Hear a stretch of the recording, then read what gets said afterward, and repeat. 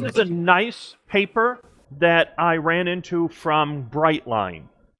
This is sold through Grimco. It is the Brightline Gloss photo paper, the 9 mil. I have a certified logo here, but ignore that. It is not certified. This is not a certified paper. It does, however, work just fine. I ran it on a 560, and I set it so that it does not have too much heat and too much temperature or too much ink.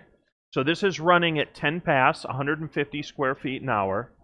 When you run it without the take-up reel, it will perform quite nicely. When you put it on the take-up reel, you will notice that that may scratch. It'll form a pocket from the take-up reel right in the center.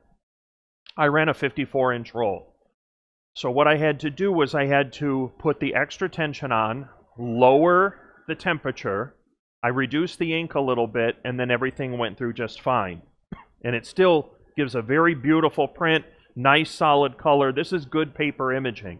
There's nothing whatsoever wrong with this. And I threw a very challenging high saturation black image at it to see if I could get it to run effectively even with a lower ink setting. My recollection is that I'm running 10 pass, 90% density at about 175 degrees with extra tension on the take-up. I lined it all the way up the face of the paper. I set them 10 deep, let the job run, everything printed perfectly. It is not a certified media. I know that Grimco has presets for this, but I actually like the paper. I think it works fine.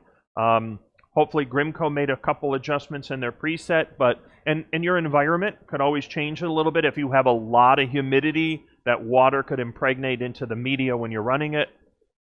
But I do recommend this. I got some excellent results. I ran a better part of the roll, no problems whatsoever. It has a nice weight to it. Again, a good choice for latex poster paper.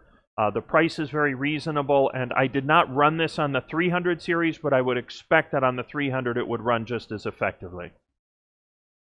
Incidentally, I built the preset for this right on the printer. So I did all the steps on the 500 series, checked, ran the temperature, chose the speed, figured out the density, did a color calibration, and then did an ICC profile right on the printer, and that's what was able to create this. I'm very pleased with the results.